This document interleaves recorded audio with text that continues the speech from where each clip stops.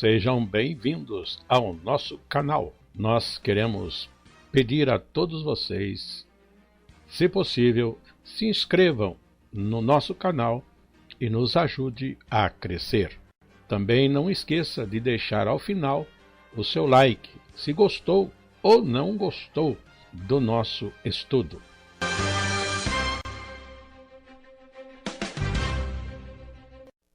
O programa a seguir é de inteira responsabilidade de seus idealizadores e apresentadores.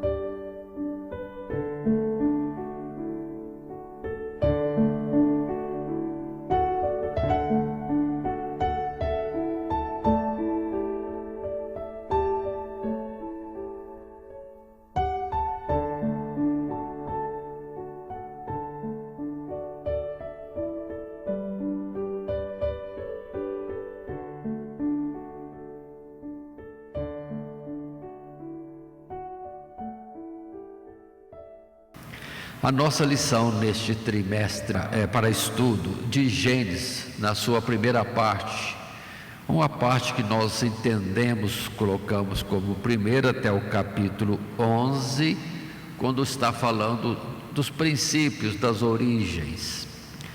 E depois, capítulo 2, já entra em uma outra parte, que nós chamamos segunda, que é a história dos patriarcas. E a nossa lição de Gênesis hoje, lição número 2, tem por título Deus estabelece o homem no Éden, ou no jardim do Éden. A nossa leitura bíblica está em Gênesis capítulo 2, do verso 1 até o verso 17. Ainda que nosso estudo acompanhe e chegue até o verso 25. E estaremos fazendo menção desses versos na progressão do estudo da nossa lição. O nosso texto áureo apresenta o verso 15 deste texto, e o teor desse verso 15 é: e tomou o Senhor Deus o homem e o pôs no jardim do Éden para lavrar e para o guardar. Em o nosso esboço, a lição Deus estabelece o homem no Éden, dividido em 3 subtítulos. Primeiro, a obra da criação dá lugar ao descanso de Deus. Segundo, o homem é formado e posto no jardim. E subtítulo último, aspectos da mordomia divina. E isso distribuído nos textos desse capítulo 2, verso 1 até 3, depois verso 4 a 15, 16 até 25. E temos o texto agora, e diz: após concluir a narrativa da criação com as palavras assim os céus e a terra e todo o seu exército foram acabados, o escritor inspirado é levado pelo Espírito de revelação a descrever em maiores detalhes as condições do mundo recém-criado e como Deus apresentou esse mundo ainda incontaminado e bom aos seus olhos ao homem que criara. Veremos como o Criador demonstrou grande generosidade para com os nossos primeiros pais, pondo ao seu alcance as riquezas e belezas da criação, ao mesmo tempo em que demandou deles sincera obediência demonstrada na guarda de um único mandamento. Um único mandamento. E assim, vamos estar atentos à nossa lição. Observe que o capítulo 1 já apresentou a criação de todo o universo e estendendo-se depois até a criação do homem, culminando, vamos dizer assim, com um momento importante, solene, muito agradável a Deus, porque é o único momento que Deus diz que foi muito bom, ou estava muito bom, sendo que a expressão bíblica sempre falou, foi bom, está bom, mas agora muito bom. porque chegou ao auge do que Deus queria, que era criar um homem à sua imagem e à sua semelhança. Mas atentemos, em Gênesis como em outros lugares, nós temos sempre Deus conduzindo aquele que escrevia a voltar a um assunto anterior, trazendo mais alguns detalhes, e nisso completando o entendimento ou trazendo pontos importantes daquilo que foi colocado antes de uma forma mais rápida. Mas vamos então para os nossos assuntos e nos nossos subtítulos. Tendo o nosso esboço sendo apresentado ou tendo sido apresentado, temos a obra da criação, dá lugar ao descanso de Deus.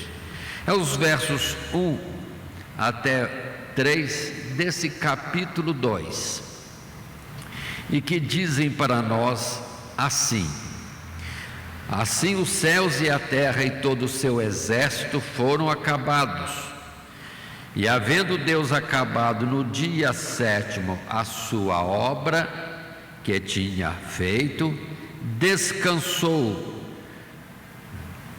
no 7º dia de toda a sua obra que tinha feito, e abençoou Deus o dia 7º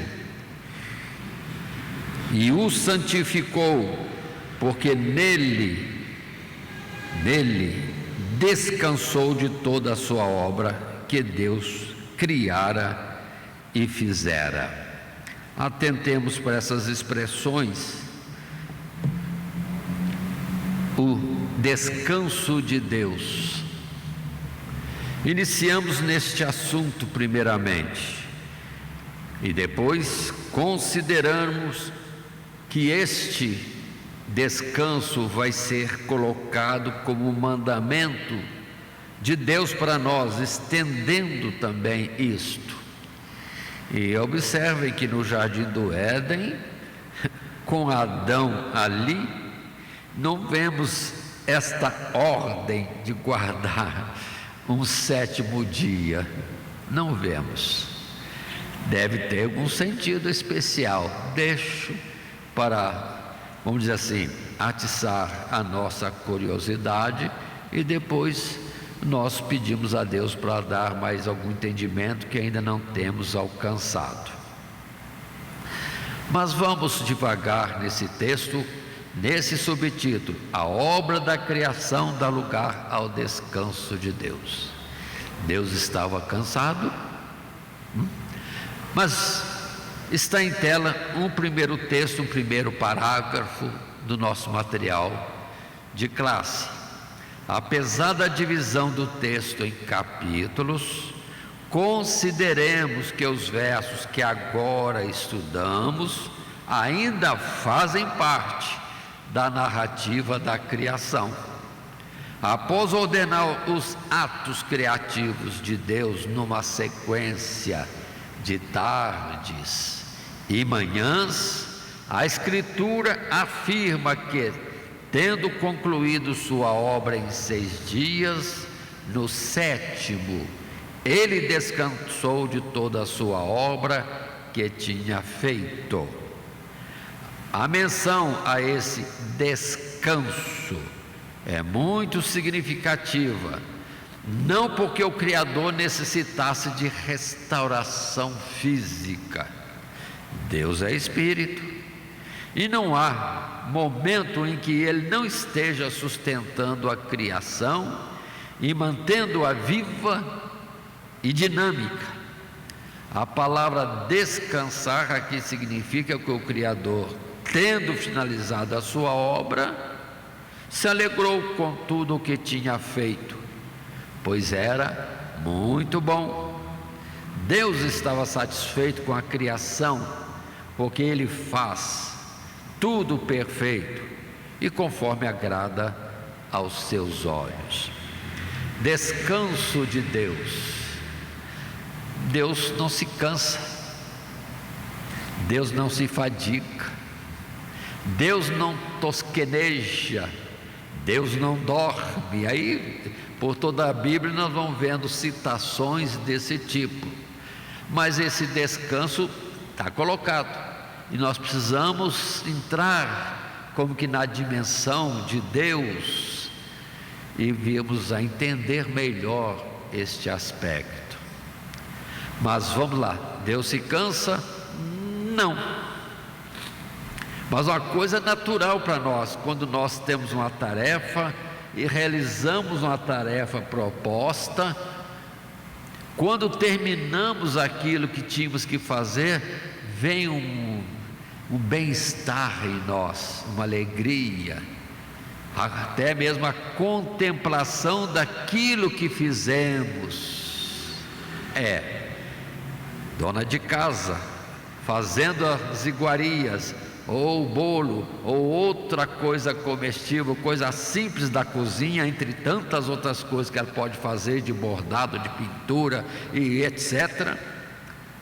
Mas normalmente a gente percebe ela alegre, a dona de casa, porque concluiu aquilo, e fica até mesmo olhando, admirando a sua própria obra.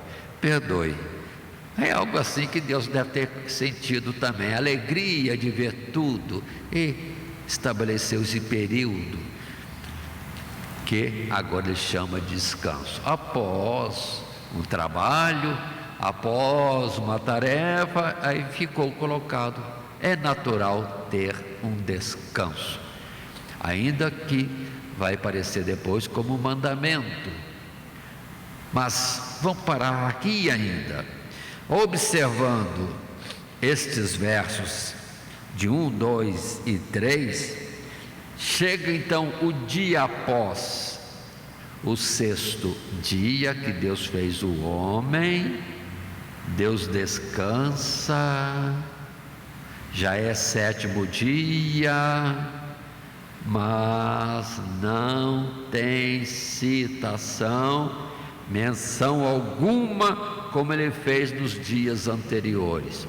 E foi a tarde e amanhã, o primeiro, o segundo, o terceiro, o quarto, o quinto, o sexto dia, e chega no sétimo. Não há término. Isso mostrando que tem um sentido mais amplo, de um dia ou um estado, uma situação a que vamos nos encontrar, que é repouso, descanso, tendo atrás desse dia, sim, um período de trabalho e de realizações e tarefas cumpridas. Então, sábado, só por isso, já chama atenção, deve ser algo muito mais do que nós estamos colocando, como alguns colocam, 6 dias, o sétimo é descanso, aí volta de novo mais 6 dias e mais um sétimo de descanso.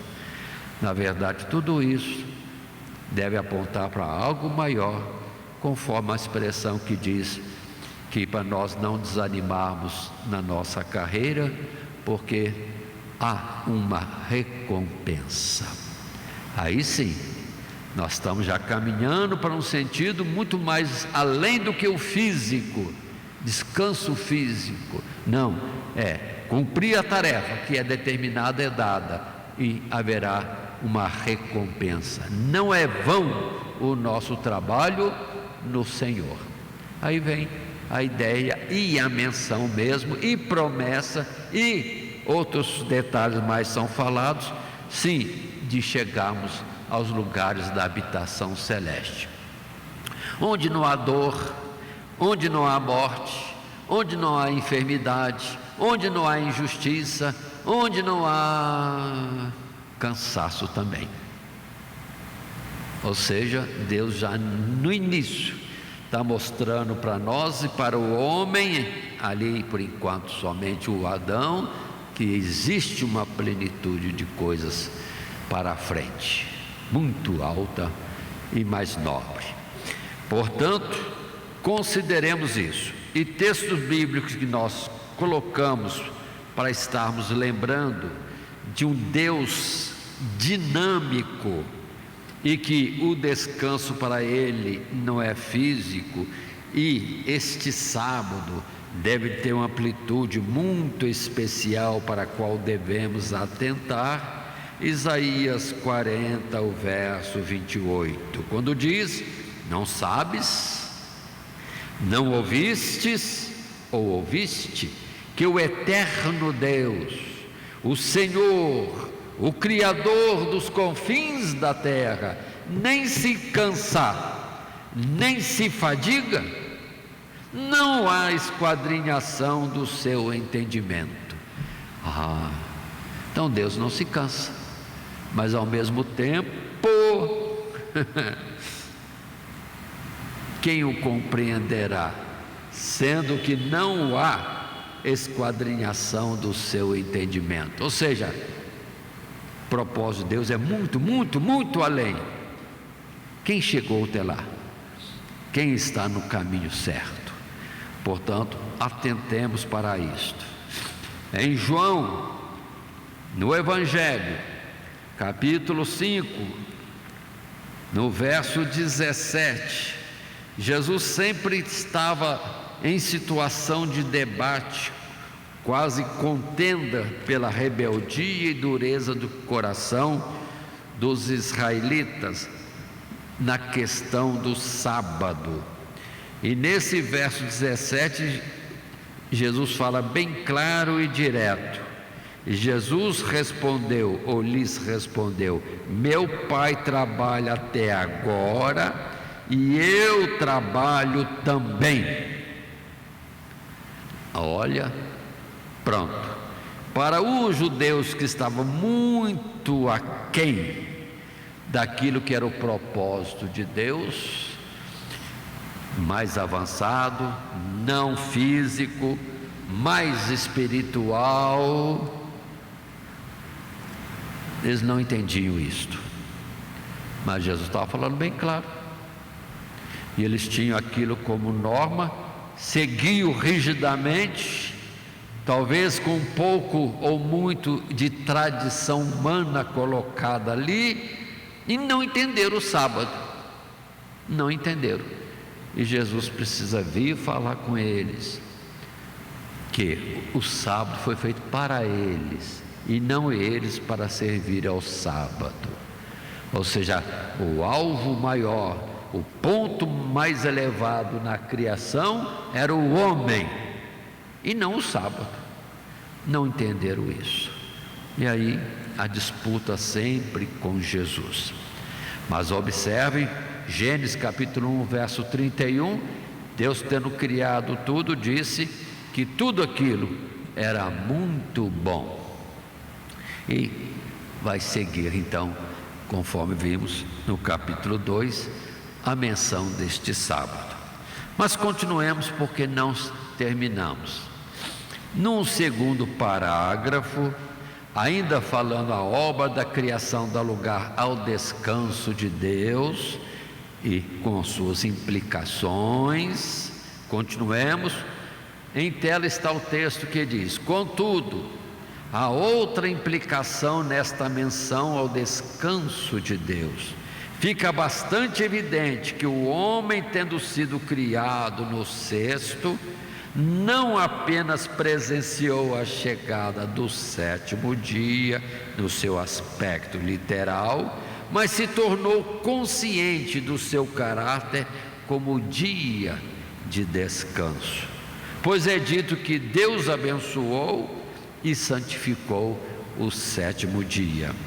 E ao longo das Escrituras encontramos que o sábado, isto é, o sétimo dia, foi abençoado e santificado para o homem.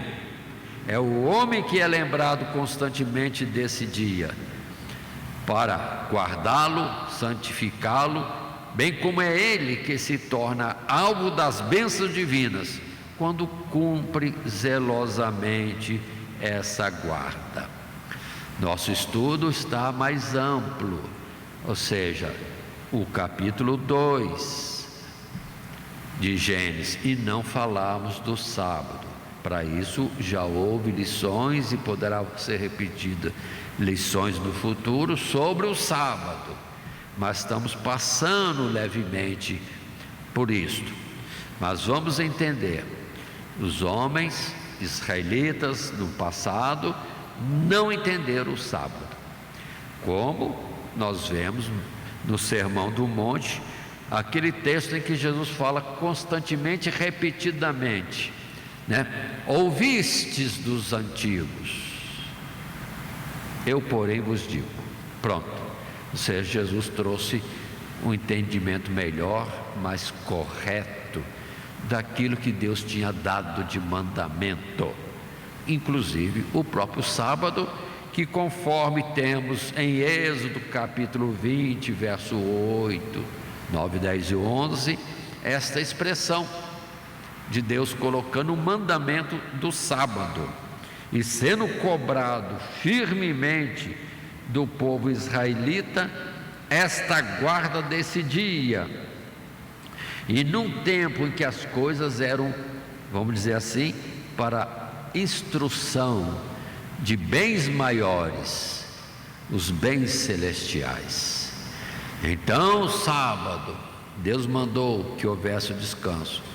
Muitas razões são ditas do benefício desta guarda do sábado, começando para o homem, para ele não estar numa disputa, numa ambição desenfreada, num trabalho incessante para juntar coisas, cobiça, ambição, desejo de riqueza. Não, para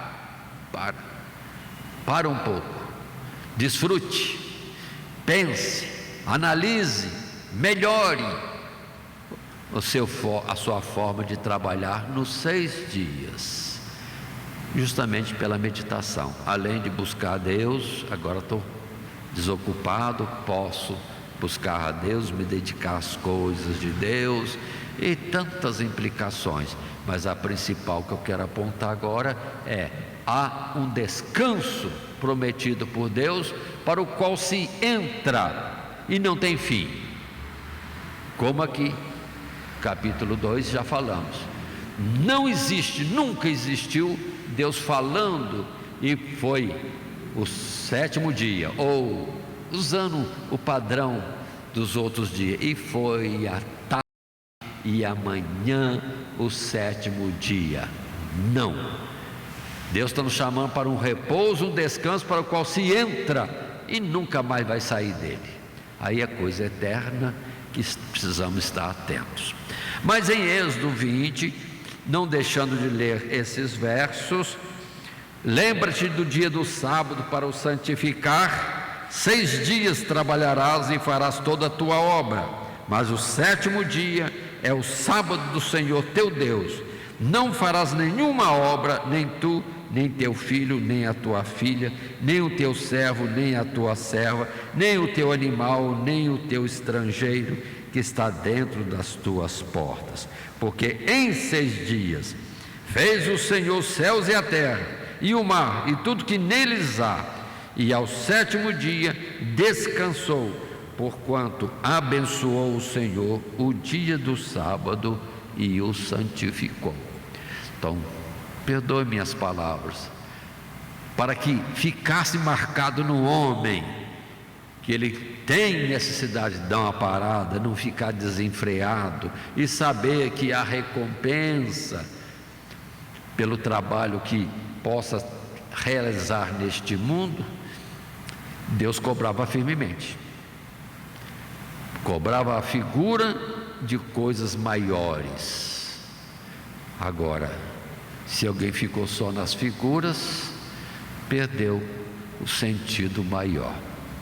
Jesus falou: meu Pai trabalha até hoje e eu trabalho também. Então, para Jesus, aqueles dias, 1º, 2º, 3º, 4º, 5º, 6º, 7º dia, 8º, 9º, 10º, ou se reinicia 1, 2, 3 até o 6º de novo, não importa, Jesus estava em trabalho para o Pai, não era o seu dia de descanso. E assim Jesus não tinha onde reclinar a cabeça.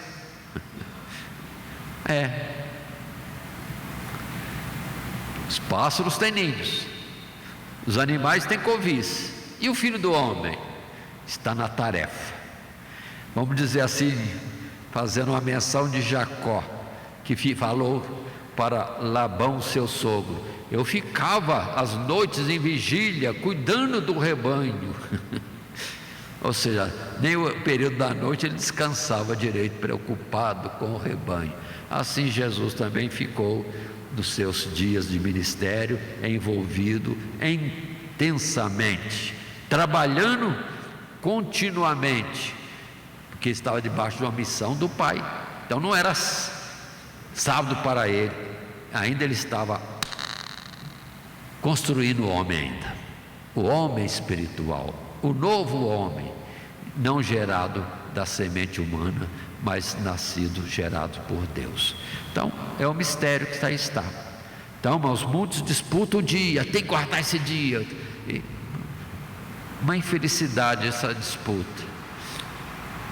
Não vão ficar nisto, conforme Paulo depois vai dizer, para nós não ficarmos nessas coisas, porque todas essas coisas são Cristo, tudo aponta para Cristo. Não vão ficar fazendo separação de dias como um mandamento obrigatório, se não fizermos, não.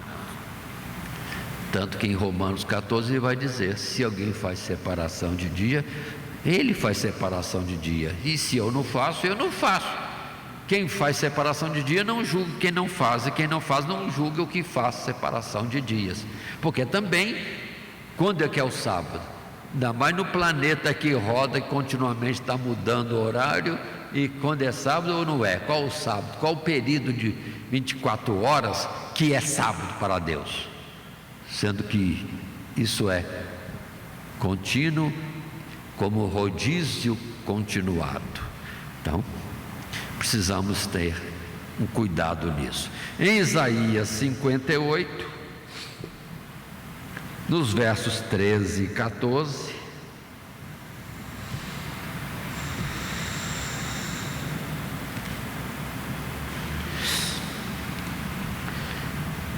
está escrito, tendo falado Isaías, e olha a seriedade do sábado, instrução para o homem nos tempos da lei, quando diz: se desviares o teu pé do sábado de fazer a tua vontade no meu santo dia, e se chamares ao sábado deleitoso e santo dia do Senhor, digno de honra, e se o honrares, não seguindo os teus caminhos, nem pretendendo fazer a sua própria vontade, nem falar as tuas próprias palavras, então te deleitarás no Senhor, te farei cavalgar sobre as alturas da terra, e te sustentarei com a herança de Jacó teu pai, porque a boca do Senhor, Senhor Deus, o disse.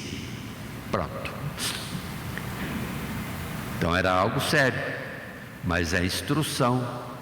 Como a lei foi babá, aquele que era como criança tinha que obedecer a babá, ainda que depois viria a sua maioridade.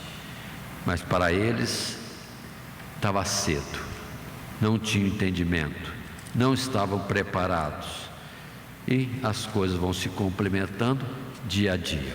Em Marcos capítulo 2, no verso 27, temos a expressão de Jesus que vai dizer: o sábado foi feito por causa do homem, e não o homem por causa do sábado.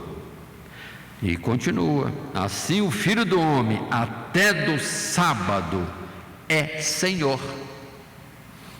E aí vem, se eu disse que Jesus não podia descansar porque estava com uma tarefa dada por Deus, ele estava em meio da tarefa, não era dia de descansar. Vamos lembrar que depois em Hebreus vai se falar bem claro que os sacerdotes trabalham no sábado e não estão transgredindo. E vamos dizer assim, na nossa forma de ver humana, é o dia que mais trabalhavam, porque todo Israel estava de folga aí havia a possibilidade de mais gente ir para o templo, orar, apresentar seus sacrifícios, trazer as suas ofertas e movimentando todos os sacerdotes e levitas para atender o povo. Então todos eles trabalhavam no sábado e não eram punidos por isso. Ou seja, Deus é superior ao sábado e eles estavam trabalhando para Deus, estavam em atividade e não era hora de descanso. E para o povo de Israel no passado foi dito aquela palavra: levantai e andai, porque não é aqui o vosso descanso. Aí ficam palavras. Mas vamos continuar. Seguindo para um terceiro parágrafo, está em tela ainda este texto: o objetivo do sábado não é apenas para o descanso físico do corpo e um cessar necessário da labuta cotidiana, a fim de que possamos nos voltar para o Criador, mas também para nos lembrar de que assim como Deus descansou da sua obra, porquanto a completou com perfeição, do mesmo modo aqueles que nele esperam hão de encontrar descanso de suas próprias obras, com contentamento eterno. De fato, o descanso de Deus nada mais é do que a promessa de uma eterna felicidade e paz reservada para o seu povo, aqueles que eventualmente entrarão no seu descanso pela perseverança e obediência. Aí temos a passagem de Hebreus, no capítulo 4, onde esse escritor fala de uma forma bem forte sobre, sim, o descanso e para o que devemos estar atentos, porque é uma palavra já no chamado Novo Testamento, já com a plenitude das coisas de Deus trazida à luz, a revelação.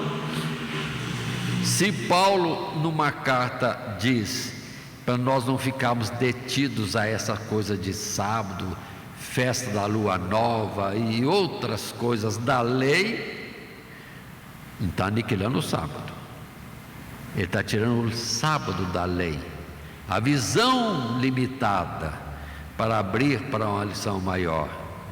Agora em Hebreus, sim, esse escritor estende de uma forma gloriosa este assunto, falando do sábado.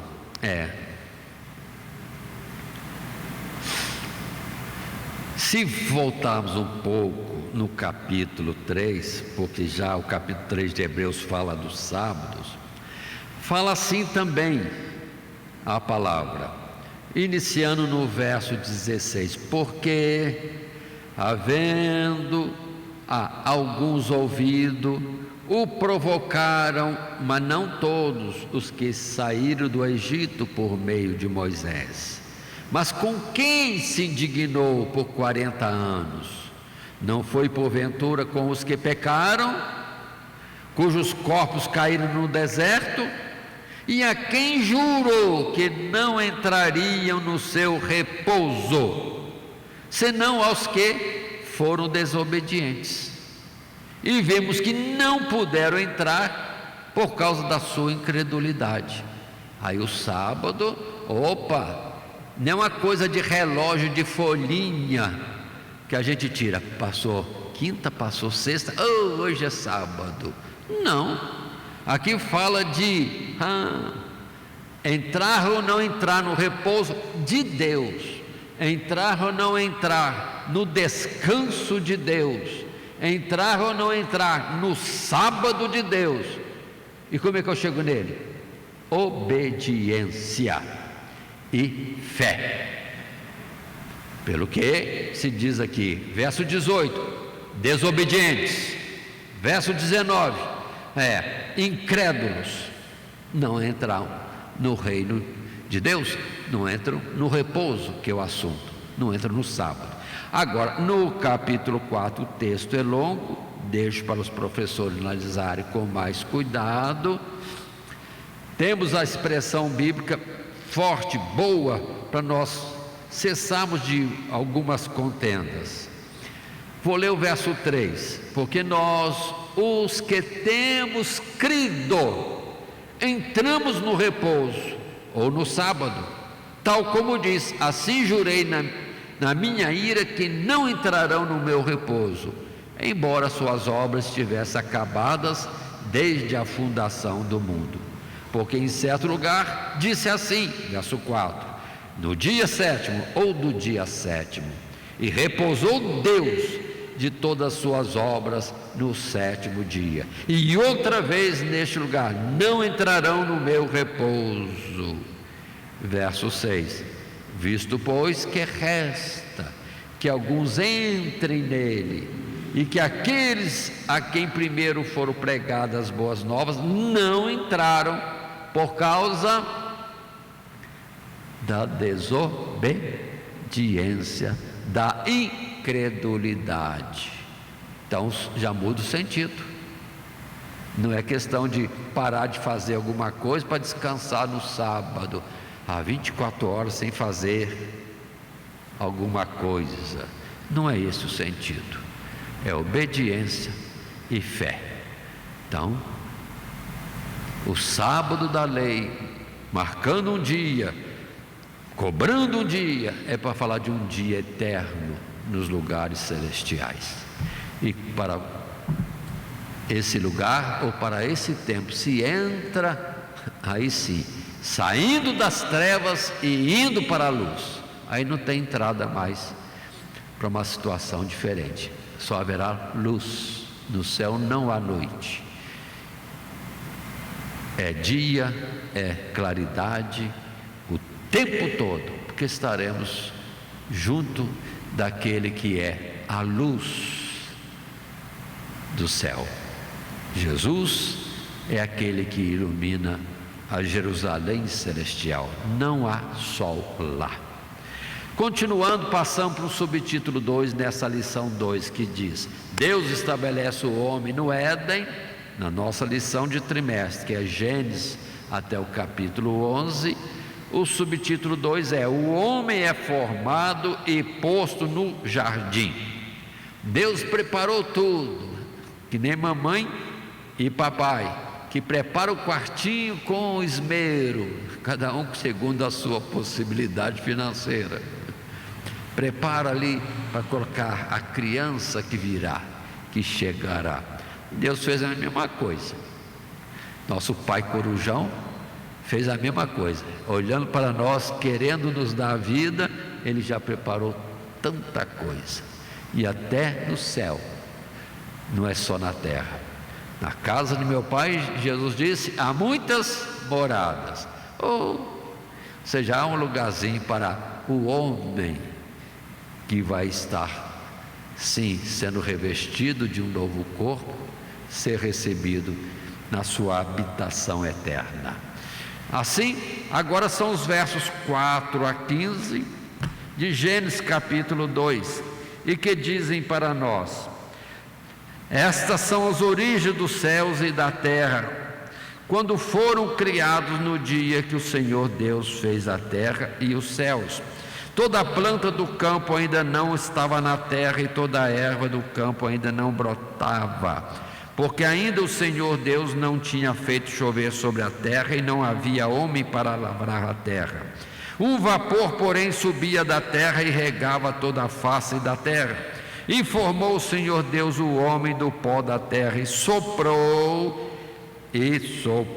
em suas narizes o fôlego de vida, e o homem foi feito alma vivente.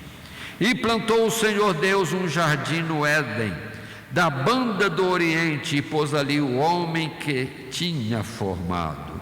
E o Senhor Deus fez brotar da terra toda árvore agradável à vista e boa para a comida, e a árvore da vida no meio do jardim, e a árvore da ciência do bem e do mal. e saía um rio do Éden para regar o jardim, e dali se dividia e se tornava em 4 braços. O nome do primeiro é Pison. Este é o que rodeia toda a terra de Havilá, onde há ouro. E o ouro dessa terra é bom. Ali há o bidélio e a pedra sardônica. E o nome do segundo rio é Gion, este é o que rodeia toda a terra de Cush. E o nome do terceiro rio é Idequel, este é o que vai para a banda do oriente da Assíria. E o quarto rio é o Eufrates, Idequel, também chamado de rio Tigre. E o verso 15: e tomou o Senhor Deus o homem e o pôs no jardim do Éden para o lavrar e o guardar. Esse é o novo texto. Nesse subtítulo 2, o homem é formado e posto no jardim. Onde é esse jardim? Eu não sei. Alguém sabe? Duvido. E se afirma, posso informar para esses que devem estar enganados. Por que afirmam que é ali, se a terra foi toda modificada? Sim ou não? Porque antes a terra era uma porção seca só, com um rio que saía e abria-se em 4 para regar toda a terra, todo esse planeta. Mas com o dilúvio, vamos dizer assim, a arca subiu, e subiu de um lugar que não era mais o jardim do Éden, porque Adão e Eva foram expulsos do jardim do Éden, então estavam fora quando fizeram a arca. E quando a arca subiu, a arca não ficou paradinha e depois voltou ali, não. A arca ficou o sabor da corrente das águas e foi parar lá no alto do monte, no Ararat. Então onde que era a origem? Onde que era? Não sei. Depois a estrutura da terra está toda modificada, não é mais uma porção seca, agora tem ilhas, muitas ilhas, mudou a geografia, e agora não tem um rio que se distribui em muitos, não, ou 4, é muito pouco. Agora o que nós temos é muitas fontes de água por todo o planeta, e que vai formando córregos, córrego cai em outros, ajunta com outros, faz um córrego mais volumoso de água, vai formando os rios, os grandes rios, inverteu. E alguém quer dizer que o jardim do Éden é aqui ou ali? É muita inocência afirmar uma coisa dessa. Portanto, vamos para o nosso texto da nossa lição, porque também eu não posso abrir muito, tem muita coisa que se pode dizer nessas expressões, porque o nosso tempo é limitado e estamos querendo destacar o principal desta lição. Então, o homem é formado e posto no jardim. Primeiro parágrafo. Em tela, a partir deste verso, a narrativa retrocede para oferecer maiores detalhes sobre a criação do homem e como Deus o estabeleceu no mundo. Assim, o texto volta a descrever a criação do homem, mas desta vez destacando aspectos diferentes da sua natureza. E formou o Senhor Deus o homem do pó da terra, a mesma terra que haveria de lavrar para fazer a planta e a erva do campo brotarem, e soprou em seus narizes o fôlego de vida, e o homem foi feito alma vivente, do mesmo modo que os demais seres foram criados como almas viventes, cujo fôlego da vida estava em seus narizes. Em outras palavras, enquanto a narrativa do capítulo 1 exalta o aspecto diferencial do homem em relação aos animais, porquanto foi criado à imagem e semelhança de Deus, o propósito aqui é apontar algo da sua fragilidade e limitação, as quais serão ainda mais evidenciadas até o final do capítulo, e especialmente o capítulo 3. Aí está, Deus começa a contar de novo. Lá no capítulo 1 foi rápido, façamos o homem a nossa imagem e semelhança, e Deus criou o homem à sua imagem e semelhança, macho e fêmea os criou, pronto. Mas agora nesse capítulo 2, retornando àquele momento, vai ser feito alguma colocação, e uma delas é isto: o homem é como os animais, criado da terra e tendo vida como eles, pelo fôlego soprado do mesmo Deus Criador. Aí, como isso aí vai longe, porque Salomão vai dizer: que diferença há entre o homem e o animal? Como nasce um, nasce o outro, como morre um, morre o outro. Aí tem coisa para a gente aprender. Tem coisa para a gente aprender. Mas por outro lado, nós vemos o carinho de Deus. Se lá disse haja e houve, aqui não, Deus vai como que se deter, pessoalmente assume um cuidado especial de moldar o homem,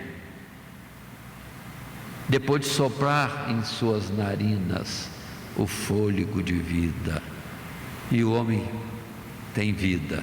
O que antes era argila, elementos do pó da terra, tudo é transformado em algo vivo, poder de Deus, para mostrar que ninguém é grande por si mesmo, porque em si mesmo é pó. Em si mesmo é pó.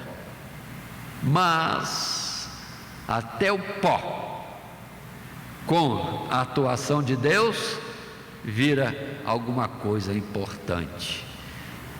Um ser vivente, pensante, que executa, planeja, que modifica o seu plano para melhorar e vai em frente a esse assunto aí. Ou seja, o importante é Deus. É em nós que se expressa numa qualidade melhor. Por isso o homem, estando em comunhão com Deus, nele não há limite, porque Deus o move. Agora o homem se afastando de Deus não é nada. Diz Salomão, é pior do que os animais. Estando constituído para um objetivo tão grande e tendo sido criado de uma forma tão terna por um Criador tão amoroso, está fora, rejeitando o seu Criador. Então, questão, se rejeita o Criador, é como se rejeitasse, cancelasse, pedisse para sair dele o fôlego de vida, aquilo que Deus soprou. O que sobra? Pó. Aí vem a palavra outra vez da Escritura: tu és pó, para ninguém se gloriar, e quanto mais quanto o Criador. Aí deveria haver amor, temor, gratidão, etc., para um Deus tão grande, que não precisa de nós, mas tem atenção para nós. Então vamos em frente. Aí em Gênesis capítulo 1, versos 21 e 24, é aquela ideia, sim, de que o homem foi criado como todos os outros animais, sendo ser vivente, um objeto, algo, sim, criado, mas que tem vida, assim como aves, peixes, répteis, feras, gado, o homem também recebeu vida, é um ser vivente, é a alma vivente, o que já falamos na lição primeira já. Assim, nesse capítulo 1, só para relembrar, verso 21, diz para nós: e Deus criou as grandes baleias e todo réptil de alma vivente, que as águas abundantemente produziram conforme as suas espécies, e toda a ave de asas conforme a sua espécie, e viu Deus que era bom. E depois no verso 24 e 25, e disse Deus: produz a terra alma vivente conforme a sua espécie, gado e répteis e bestas feras da terra, conforme a sua espécie. E assim foi. E fez Deus as bestas feras da terra, conforme a sua espécie. E segue a narrativa. No capítulo 7, é na ocasião, sim, do dilúvio, da preservação de vida. Aí, a colocação de Deus para Noé, quando vinha o dilúvio sobre a face da terra, a expressão é esta: e de toda a carne em que havia espírito de vida, entraram de 2 em 2 para Noé na arca. Sim, olha bem, todos que tinham espírito de vida entraram na arca. E o destaque do verso 22, quando fala do dilúvio já: tudo que tinha fôlego de espírito de vida em seus narizes, tudo que havia no seco, morreu.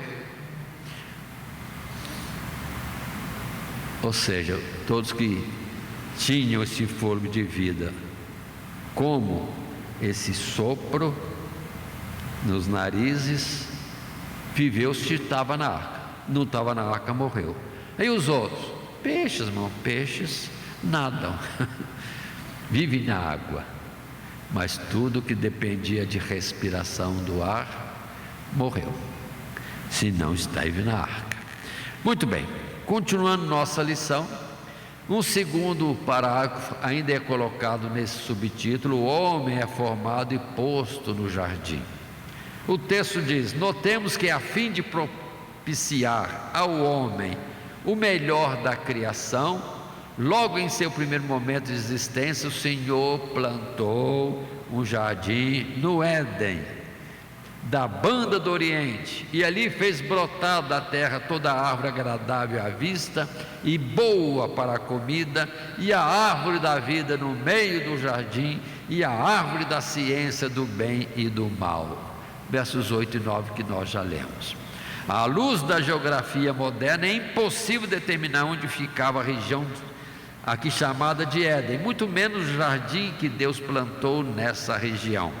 Mas este foi o lugar da primeira habitação do homem, onde ele desfrutaria dos prazeres oferecidos pela criação, ao mesmo tempo em que cumpriria o seu propósito de administrar e zelar pela criação, tal como um mordomo. Aí está estas colocações para nós. Agora observem bem: jardim do Éden, lugar aprazível, lugar de delícias, é o melhor lugar que Deus escolheu, e a sua semelhança que ele habita para o lado do Oriente, ou seja, lado da luz, boa é a luz. Ele, para o homem também, colocou a sua habitação, jardim do Éden, do lado do Oriente, ou seja, Deus com cuidado, dando ao homem a excelência dessa obra criada. Sim, até o local. O jardim do Éden é por si mesmo, mas também, vamos dizer, estrategicamente bem posicionada essa região, Oriente, nascente do sol, no seu bem maior, que é junto à fonte da luz, e talvez outras implicações mais. Mas estejamos atentos a isso, irmão. Deus fez o homem com muito cuidado, ainda que do pó da terra. Era uma verdade, não era um desprezo, não era desprezo do homem, era ensinando o homem e fazendo o que é verdadeiro. O homem não é nada, veio do nada, ou se tinha alguma coisa, é o pó da terra, e a excelência dele é Deus, dando-lhe vida com promessas eternas. Portanto, tudo isso vai nos falando dos cuidados de Deus. Tem muitos detalhes, mas não vamos estar falando. Nosso objetivo é dar uma passada pelos capítulos, falando algumas coisas importantes. Há sempre uma curiosidade de um detalhezinho. Vou colocar um, por exemplo, que muita gente discute. O que é que estava no meio do jardim do Éden? A árvore da vida. E onde que estava a árvore do conhecimento do bem e do mal? Não sei. E tem gente que troca, até Eva trocou, falou que no meio do jardim estava a árvore do conhecimento do bem e do mal. Negativo. O que estava no meio do jardim é a árvore da vida, é o centro de tudo. A vida, o próprio Deus, que é o centro de tudo. Para confirmar isso, só lê Apocalipse. E no meio da praça, no meio do jardim, no meio do lugar celestial está a árvore da vida. E lá no céu tem a árvore do conhecimento do bem e do mal? Não tem. Mas a árvore da vida permanece. E no meio.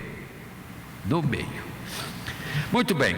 Aí, só para mostrar mais alguma coisa, o Salmo 8 fala dessa labuta do homem na obra que Deus, sim, criara para ele.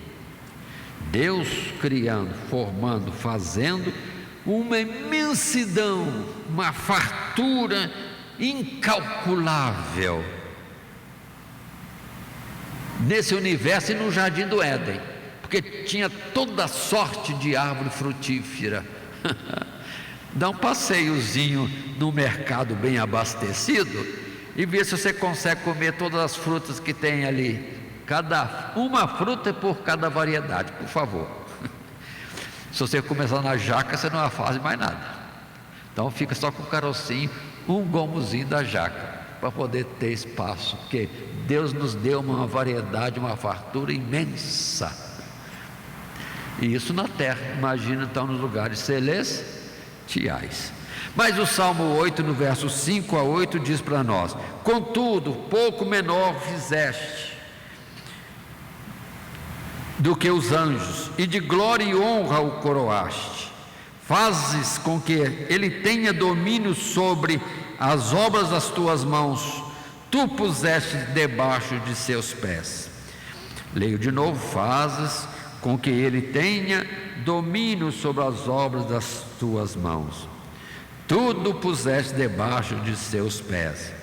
Todas as ovelhas e bois, assim como os animais do campo, as aves dos céus e os peixes do mar, e tudo que se passa ou que passa pelas veredas dos mares. Aí está o homem, e isso nos conduz a um homem que está no lugar aprazível, mas observem, para dominar, para governar, para administrar, tal como Deus administra todas as coisas. Aí vem outro assunto, subtítulo: aspectos da mordomia divina. Aí são os versos 16 a 25, nesse capítulo 2 de Gênesis. Assim, lendo o texto proposto,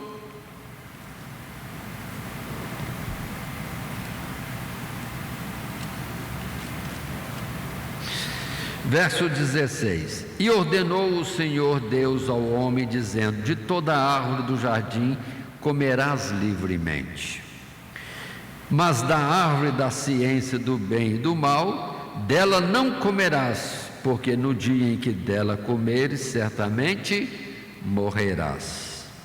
E disse o Senhor Deus: não é bom que o homem esteja só, far-lhe-ei uma adjutora que esteja como diante dele. Havendo, pois, o Senhor Deus formado da terra todo animal do campo e toda ave dos céus, os trouxe a Adão para este ver como lhes chamaria. E tudo que Adão chamou a toda alma vivente, isso foi o seu nome. E Adão pôs os nomes a todo o gado e às aves dos céus e a todo animal do campo. Mas para o homem não se achava adjutora que estivesse como diante dele. Então o Senhor Deus fez cair um sono pesado sobre Adão, e este adormeceu. E tomou uma de suas costelas e cerrou a carne em seu lugar. E da costela que o Senhor Deus tomou do homem, formou uma mulher e trouxe a Adão.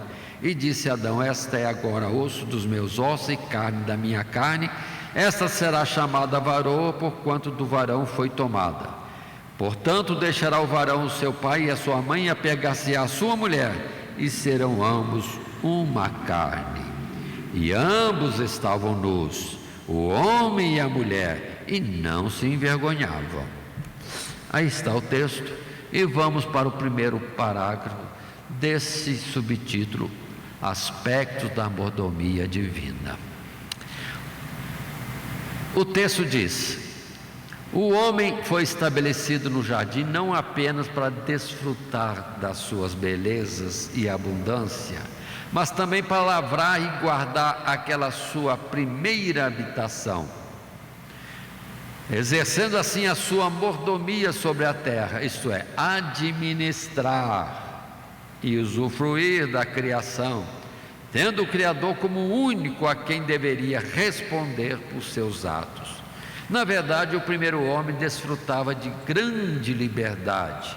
De toda a árvore do jardim comerás livremente, e devia atentar apenas para um mandamento: mas da árvore da ciência do bem e do mal, dela não comerás. Não importa aqui qual era a verdadeira natureza desta árvore. Deus não explica o motivo da proibição. Tudo o que o homem devia é acatar a palavra do seu Criador, sem questionamentos e dúvidas, assim reconhecendo a verdade, justiça e soberania de Deus. A ordem foi dada, pronto. Então, um Deus perfeito, um Deus amoroso, um Deus santo, um Deus sábio, um Deus... não dá para falar de Deus, ficaríamos sempre aquém da verdade. Ele é muito mais, muito mais, muito mais, muito mais. Mas observe, viver, desfrutar deste mundo é a ordem de Deus, com um mandamento só, que não era cansativo para ele, era só uma questão de obediência. Era, na verdade, vamos entender assim, começando a querer entender, uma norma para discipliná-lo, ensiná-lo que obedecer a Deus é melhor, a qualquer custo e por qualquer prazer. E na verdade não era nada que Deus restringia, considerando, como disse, a variedade é enorme.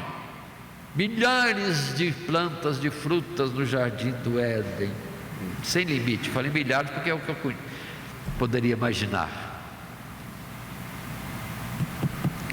Uma árvore, não. Uma árvore, não. Fácil de guardar. Mas aí vem a nossa pequenez, a nossa fragilidade, que em vez de atentar para o correto, o justo, obedecer a um Deus tão amoroso, não, a gente desobedece. Aquilo que foi proibido para o nosso bem, por alguma razão, era para ensinamento, exercício, disciplina, então era isso. Então, que Deus disse, não, acabou. Mas o homem transgride aqui. Uma pausa. Atenção, a terra é rica, irmãos, muito rica. Havia ouro e muitas pedras preciosas para todo lado, mas não via Adão preocupado em buscar pedra, nem ouro, nem prata. Vivia. O bem maior para o homem é viver. Vem Salomão e diz: comer e beber do fruto do seu trabalho. Agora hoje o pessoal disputa e faz coisas horríveis e se desgasta, e não para desfrutar, é para disputar, para ter. Então ele está dominado para aquilo que era para ele ter como benefício e alegria no viver, não. Então, entendamos, o viver é melhor do que buscar riquezas. Então, um item aí para a gente considerar. Mas passemos em frente para um segundo parágrafo. Nesse subtítulo 3, aspectos da mordomia divina. Sim, Deus dando ao homem trabalho. Então, trabalho não é isso que muitos dizem aí, vivendo esta disputa trabalhista de hoje e com tudo que possa se colocar de justiça ou injustiça neste mundo. Mas Deus deu ao homem, sem haver transgressão, sem haver cobiça, sem haver outras coisas, ocupação. E o trabalho por si mesmo é dignificante, é o homem podendo desenvolver a sua capacidade naquilo que pode fazer. Então o trabalho não é isso que dizem aí, só que hoje virou, a situação de sobrevivência num mundo corrupto e injusto. Não tem como comparar. Trabalhar com gosto, poder fazer aquilo que eu vou exercitar fazer, segundo a minha capacidade, e etc. Então entendamos isto. Deus deu para o homem trabalho. Mas continuemos nesse parágrafo. Em seguida, a Escritura evidencia a necessidade de uma companhia para o homem, que pudesse auxiliá-lo no exercício da sua mordomia. Deus traz os animais até Adão, para que este possa nomeá-los e assim identificar a natureza de cada criatura, lembrando que esses nomes não são apenas rótulos sem significado, mas expressam o modo de ser de cada animal. Sabiamente o homem não reconhece em nenhum deles algum semelhante a si mesmo. Somente depois que o Senhor Deus forma a mulher e a traz até Adão, é que este prontamente a reconhece como uma da mesma espécie. Esta é agora osso dos meus ossos e carne da minha carne.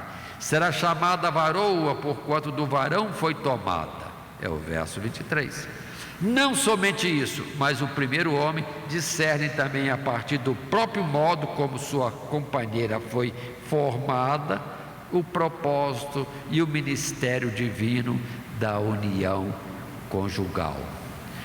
Adão olha para Eva, já entende tudo e já fala do que vai ser no futuro. Ela é a mãe dos viventes, ou seja, ela vai gerar filhos, e os filhos vão deixar os seus pais e unir-se em pares, em casais, e vão viver cada um a sua vida e a sua família. Pronto, Adão olhou. Hoje os homens estão perdidos, não sabem para que é homem, para que é mulher. Meu Deus, misericórdia. E chega alguém a questionar: sou homem ou sou mulher? Absurdo. Os cromossomos estão lá. Os cromossomos estão lá e definem, mas o homem fica procurando coisa. Está tão longe do que Deus criou que não se entende no contexto dessa criação. Ou seja, o homem está perdido, está em trevas, porque abandonou Deus e a simplicidade daquilo que Deus colocou para ele. Mas vamos em frente um pouquinho mais, lembrando de alguns versículos sobre o casamento. Mateus 19, vieram perguntar a Jesus sobre a separação, o divórcio. Jesus cita esses versos, não estou lendo, mas é conhecido. Como está escrito, como foi no início. Portanto, o que Deus ajuntou, e os dois serão uma só carne, não separe o homem. Pronto, Jesus já respondeu por Gênesis. Ou seja, agora a Gênesis não é narrativa, é doutrina. Qual é o certo? Unidos para sempre. Mas não suporta, está demais ficar 20 anos com uma mulher, o homem.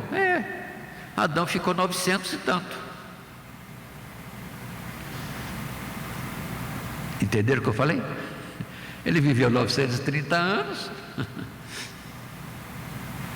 Ou vai ver os outros patriarcas, não se fala de divórcio naquele tempo, e viviam 900, Metuselá com 969 anos, e etc.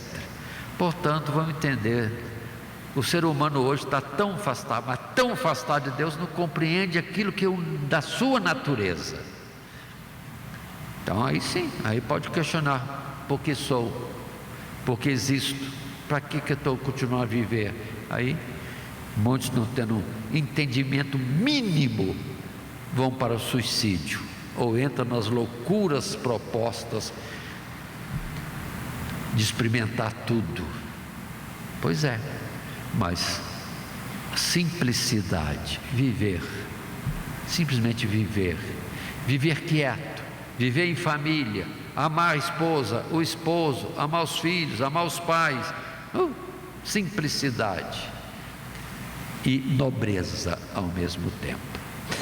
Mas continuando, 1 Coríntios 11, verso 8 e 9 também, vamos para este texto, 1 Coríntios, no capítulo 11,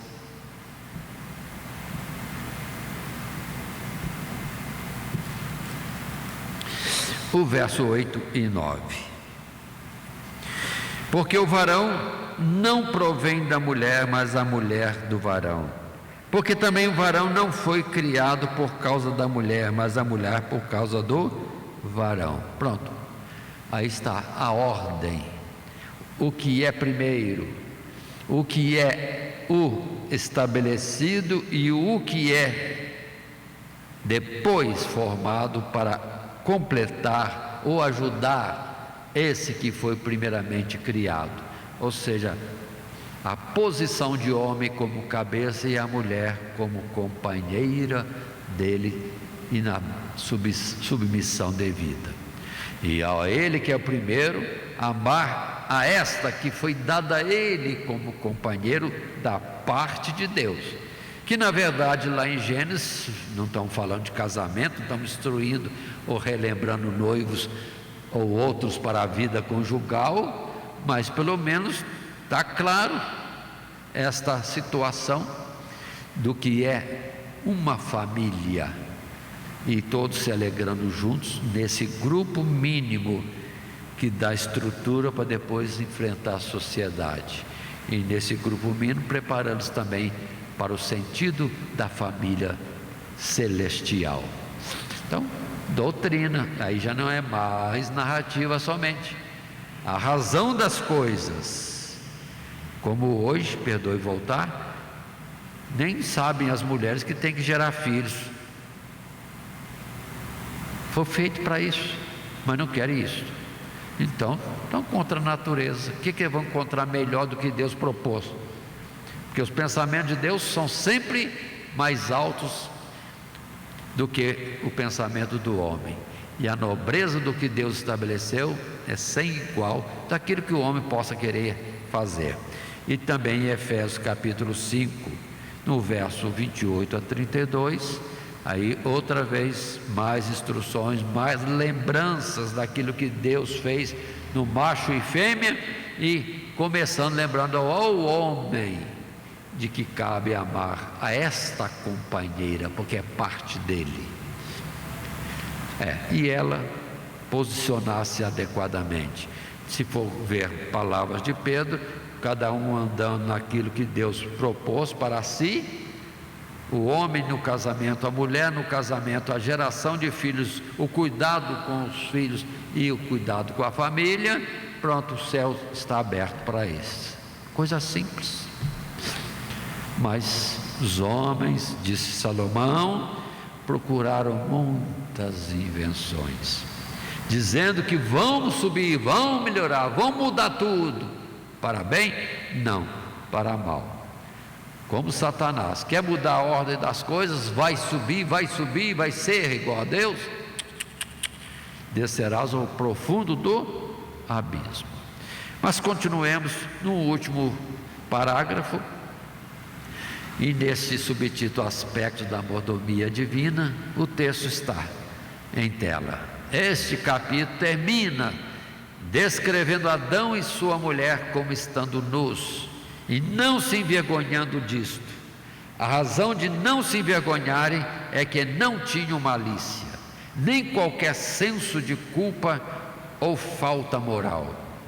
E, de fato, enquanto se mantivessem na obediência ao único mandamento que haviam recebido de Deus, não haveria razão para se envergonharem. Por outro lado, a indicação da nudez de ambos sugere, à luz do contexto mais amplo da provisão divina para redimir o homem do pecado, que eles não foram criados para permanecer assim, mas para serem cobertos.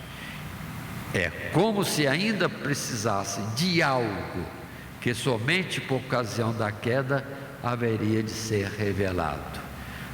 Uma ideia de que só se valoriza às vezes algumas coisas quando as perde. Assim o homem, na verdade, ao perder a comunhão com Deus, descortina a grandiosidade de Deus que eles tinham, mas não valorizaram. Mas Deus se colocando à sua disposição. Sim, haverá da semente da mulher que vai trabalhar destruindo o mal e trazendo a restauração ao estado inicial de comunhão com Deus. E agora, no projeto de que tudo isso é ensino e aprimoramento, disciplina, coisa que vamos receber na eternidade. Por isso também está escrito, né? Aquele que em nós começou a boa obra, que nos fez nascer do ventre de nossas mães, Ele completará esta obra e a aperfeiçoará até os dias de Cristo Jesus.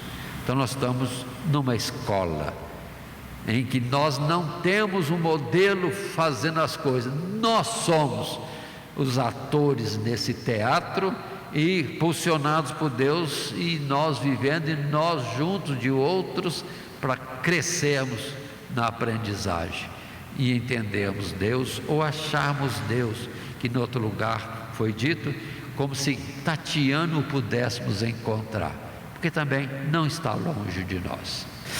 E assim, tendo colocado todas essas coisas, vamos estar encerrando nesta expressão simples que está em tela também.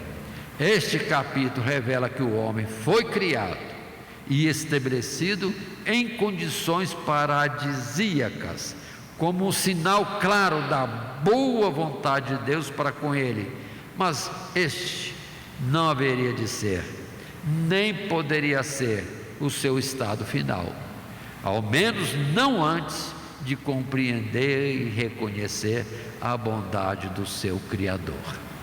Ou seja, o homem nu é o homem sem a cobertura da graça de Deus, sem entendimento, sem conhecimento do que é certo ou errado, sem conhecimento do bem e do mal. E agora, se já temos conhecido o mal pelo desastre de pecarmos e vivemos a consequência dele, quão bom é se não tivesse pecado. Mas agora se abre a oportunidade, o pecado não terá domínio sobre nós, e descortina o caminho que Cristo abriu, de aproximarmos de Deus e chegarmos a Ele após esse estágio, esse exercício e esta escola neste mundo. E assim encerramos a nossa lição, lembrando do nosso esboço nos 3 subtítulos: a obra da criação dá lugar ao descanso de Deus. Descanso de Deus? Qual o significado disso? De um Deus que não se cansa, um Deus que não se fadiga, não dorme, não cochila. Precisamos entender melhor. O homem é formado e posto no jardim, numa plenitude imensurável. Deus faz um jardinzinho para colocar o homem, com tudo para ele lá, e muito além do que ele possa desfrutar de repente, escolher e viver desfrutando dia após dia de alguma novidade do que Deus pode proporcionar. E aspectos da mordomia divina. Deus não nos deixou à toa ociosos, mas deu tarefa. E dessa tarefa vamos ter, vamos dizer assim, uma produção. E depois também está previsto um descanso, que será eterno. Por isso o reino de Deus é comparado aos trabalhadores, que são chamados para o trabalho. Terminando a tarefa, com certeza vão receber o galardão. E da parte de Deus é descanso eterno, com Ele, nos lugares celestiais.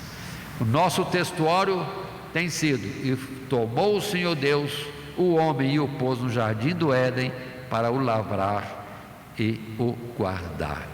Se alguém é ocioso, preguiçoso, não está no processo de Deus. Deus não se agrada da ociosidade, mas trabalhar é algo que Ele deu a nós para fazer com a capacidade que temos.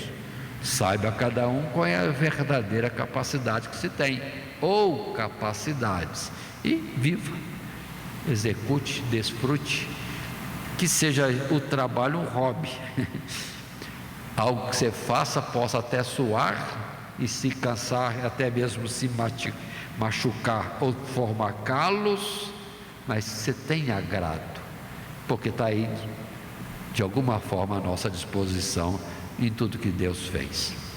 E assim colocado, encerramos a nossa lição de hoje. Que Deus nos abençoe em Cristo Jesus. Amém. Primeiramente quero agradecer a todos que sintonizam o nosso canal. Canal voltado principalmente à transmissão, à divulgação da palavra de Deus. E ao encerrar o estudo desta noite, eu quero pedir a todos vocês, os que ainda não são inscritos em nosso canal, se inscrevam. Se inscrevam. Logo aí embaixo está aí a palavra inscreva-se. Clica nela. Somente isso. Se o estudo desta noite foi do teu agrado, você gostou, você concordou, clica aí no gostei. Gostei. Se você não gostou, é um direito seu. É um direito seu não gostar. Mas você pode manifestar isto. Para nós será importante isso. Saber que alguém não gostou. Clique no não gostei. Fácil. Não vai identificar você, nada. Simplesmente você vai expressar a sua opinião. Gostei, dedão para cima. Não gostei, dedão para baixo. E também pode, se você acha interessante compartilhar com seus amigos, compartilhe o nosso trabalho. Compartilhe. Aí embaixo, compartilhe. Você pode compartilhar no YouTube, pode compartilhar no Instagram, pode compartilhar no Facebook, pode compartilhar no Messenger, no WhatsApp. Vai simplesmente nos ajudar a crescer. Porque o nosso objetivo não é financeiro. Não é financeiro. Pode ver que os nossos trabalhos são todos sem fins lucrativos. Coopere conosco. Nos ajude. Temos também os nossos blogs, a nossa emissora na web, a Rádio Net Grata Nova.